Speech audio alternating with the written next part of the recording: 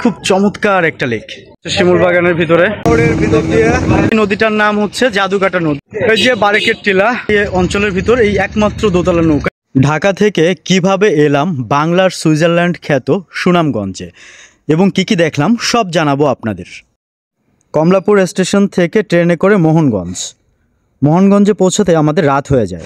মোহনগঞ্জ থেকে ট্রেন থেকে নেমে আমরা যাচ্ছি অটোতে করে ধর্মপাশায়। হাওড়ের এখন যে জায়গাটায় আমি আছি আমার পিছনে মানে শুধু পানি আর পানি, আর মাঝখানে হচ্ছে একটা চিকন একটা রাস্তা চলে গেছে।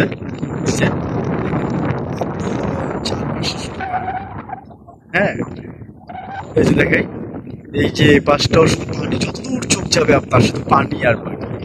এই পাশটারও একই অবস্থা, যতদূর চোখ যাবে শুধু পানি আর পানি। অনেক দূরে গ্রাম, কিছু মানুষের আছে, আর মাঝখানে হচ্ছে এই রাস্তা।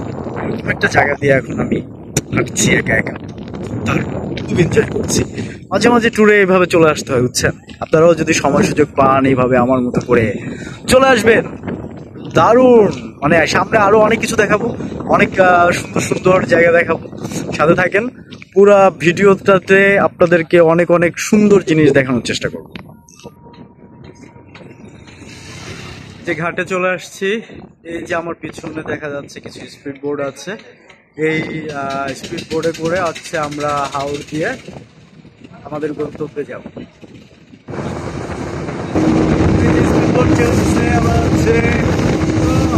হাওড়ের ভিতর দিয়ে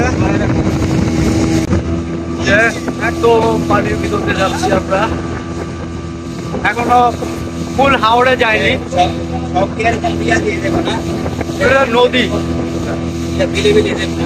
এটা একটা নদী, এটা নদী না, এটা নদী। এই নদী থেকে আমরা হাওড়ে ঢুকবো।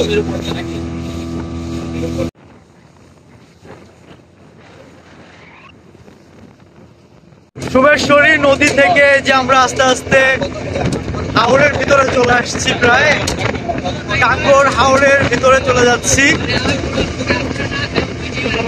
এই হাওড়ে চলেই আসছি বলা যায়, চারপাশে পানি আর পানি। হাওড়ের মাঝখানে আমরা টাঙ্গর হাওড়ের স্পিড বোর্ডে করে যাচ্ছি। এখান থেকে আমরা যাবো তাহিরপুর, সম্ভবত স্পিড বোর্ডে আধা ঘন্টার মতো সময় লাগবে আমাদের যেতে। যেতে যেতে আমরা হাওড়ের বিভিন্ন সৌন্দর্য বা বিভিন্ন কিছু দেখবো, পুরো হাওড়টাই দেখানোর চেষ্টা করবো। চলেন।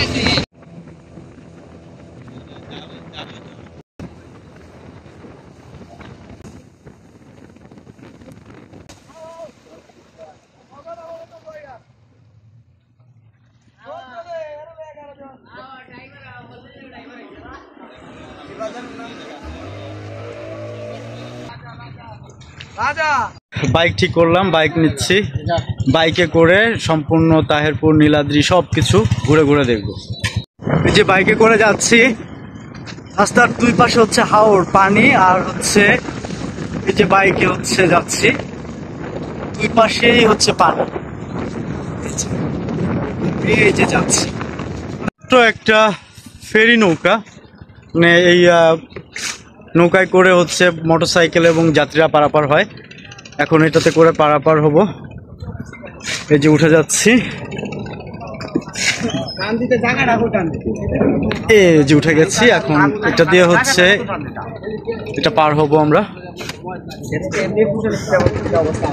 এটা এই জার্নিটা হবে আমাদের 15 থেকে 20 মিনিট। এই জায়গাটুকু পার হতে সময় লাগবে 15 থেকে 20 মিনিট। এরপরে আবার আমরা বাইকে করেই যাব। এই চারপাশে পানি আছে অনেক।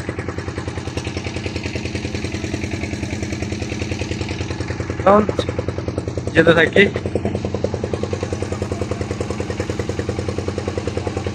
চলছে নৌকা, নৌকা চলবে। আকাশে মোটামুটি ভালো মেঘ আছে, যদি বৃষ্টি নেমে যায় তাহলে ঘোরাঘুরি মোটামুটি 12টা বেজে যাবে। ব্রিজের নাম কি? পাতারগাঁও ব্রিজ। এই যে ব্রিজটা পিছনে, এই ব্রিজটার নাম হচ্ছে পাতারগাঁও ব্রিজ। আমাদের নৌকা চলে আসছে ঘাটে। যে আমরা নামবো সবাই, এটা হচ্ছে ঘাট।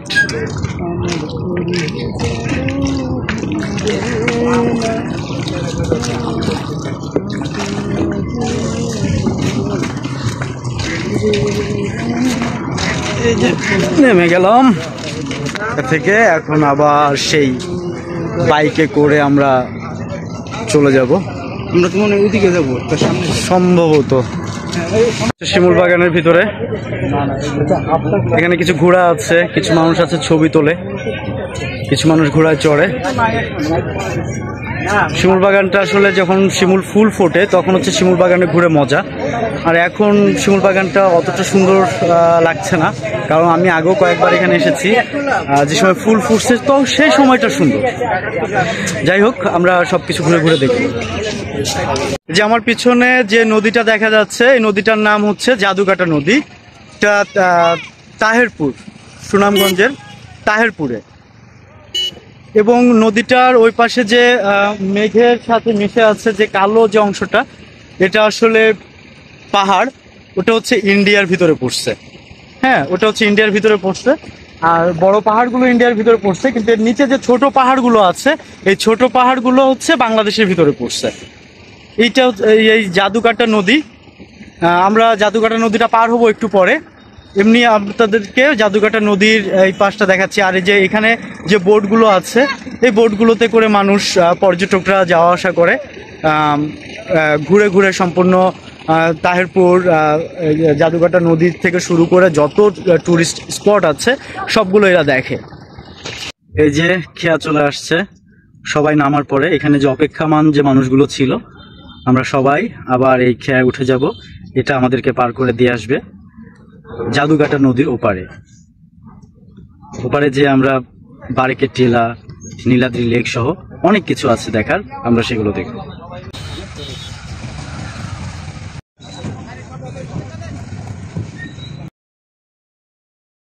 নামলাম নদী থেকে, আর বাকি সবাই যে বাইকগুলো এখান থেকে আস্তে আস্তে নেমে আসতেছে।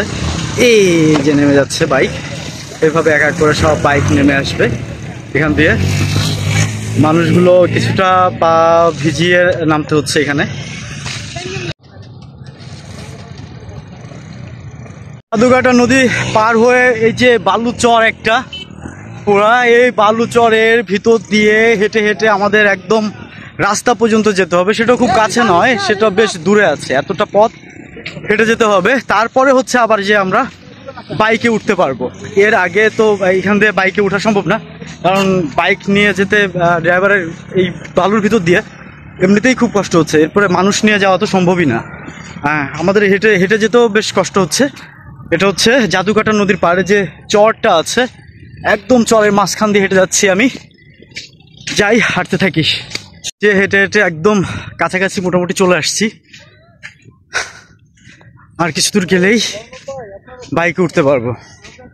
মানে এখানে হাঁটতে, বালুর ভিতর দিয়ে হাঁটতে খুবই কষ্ট হচ্ছে।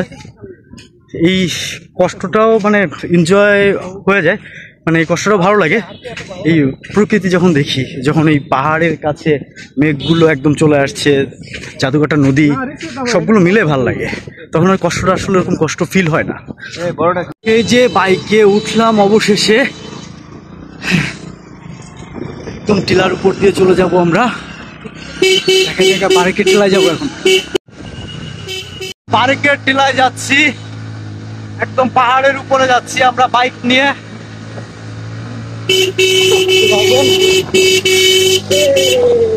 চলে আসছি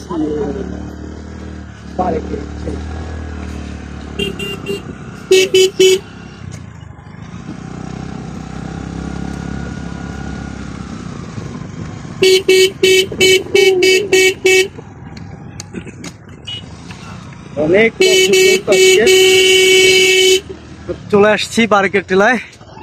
এই যে বারিকের টিলা, বেশ বড় না, মোটামুটি ছোট একটা টিলা।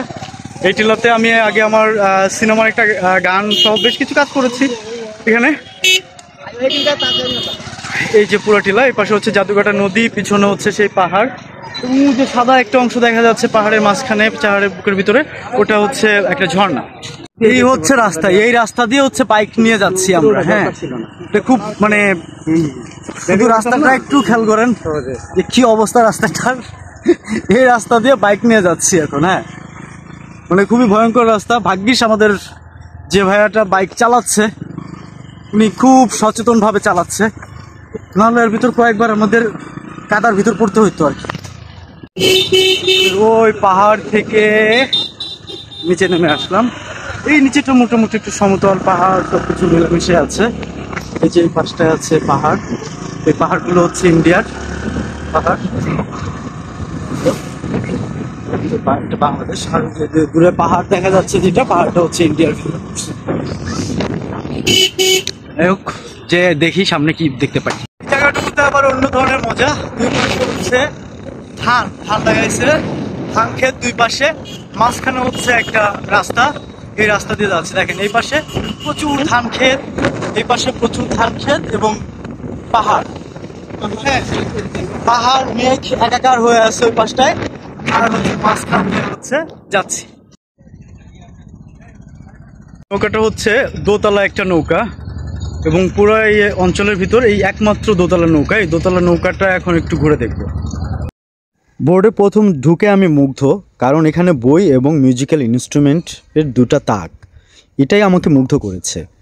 এরপর করিডোর দিয়ে যেতে যেতে প্রতিটা দরজার পাশে একটি সুন্দর কবিতা লেখা। রুমগুলো ঘুরে দেখব। এখানে নকশি কাঁথার মাঠ, জসিমউদ্দিনের। এই রুমটা খুবই দারুণ এবং কিছুটা এক্সপেন্সিভ হলেও খুব দারুণ। একদম রুম থেকে পুরো ভিউটা দেখা যায়, একদম মনে হচ্ছে একদম পানির ভিতরে এই সময়টা কাটানো আপনার জন্য খুবই উপভোগ্য হবে। দোতলাটা মোটামুটি ঘুরে দেখলাম, এখন হচ্ছে ছাদে যাচ্ছি। ছাদে চলে আসছি।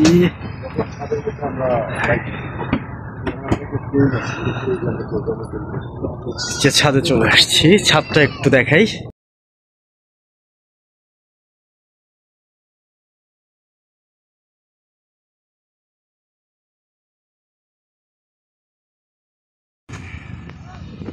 এখন আছি নীলাদ্রি লেক।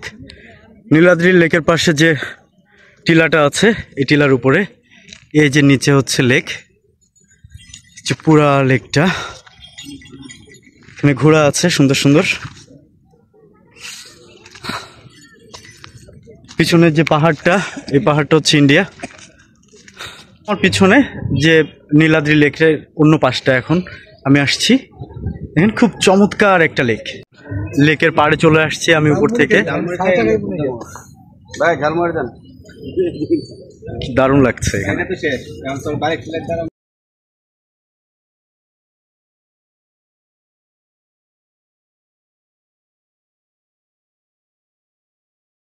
লাইক, কমেন্ট এবং সাবস্ক্রাইব করে গো উইথ জাসার পাশে থাকুন।